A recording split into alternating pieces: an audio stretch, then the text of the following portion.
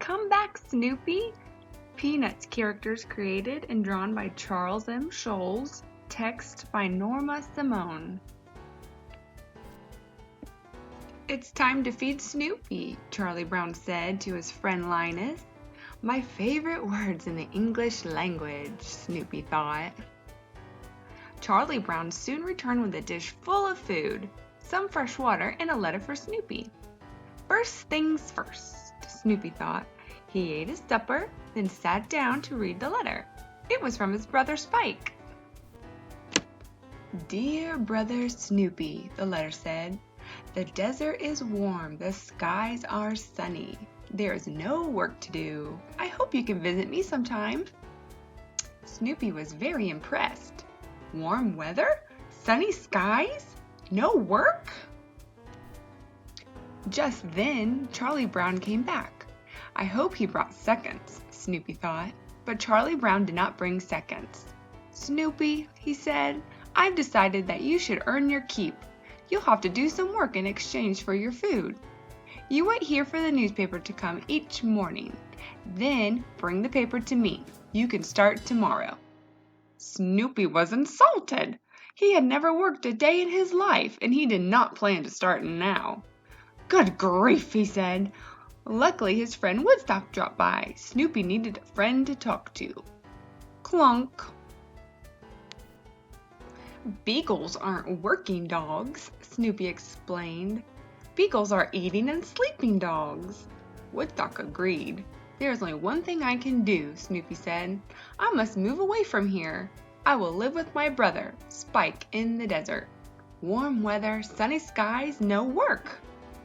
The next morning, Snoopy packed his bag and left a farewell note for Charlie Brown. Goodbye, my faithful friend, he said to Woodstock. Snoopy traveled by bus, by train, and by paw.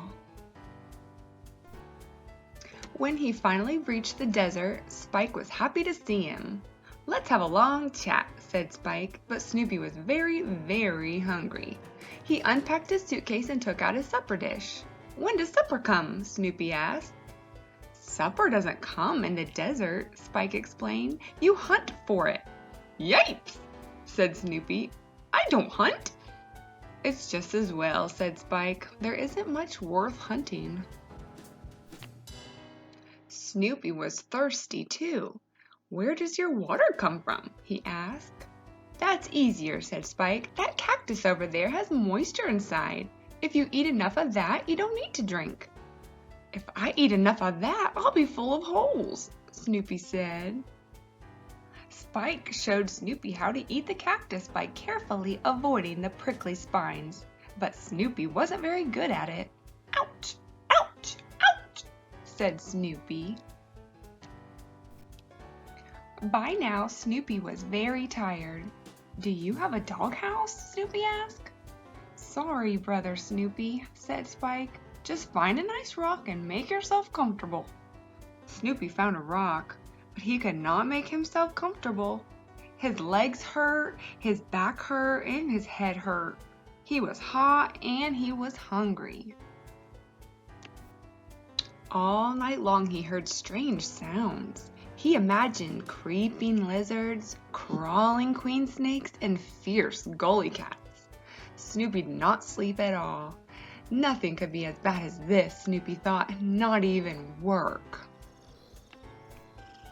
Meanwhile, Spike snored contentedly. Snoopy was still tossing and turning as the sun rose. In the distance, he saw an oddly familiar bird. How strange, Snoopy said. I thought we only had those kinds of birds back home. It looks a lot like Woodstock. The bird flew closer. It was Woodstock!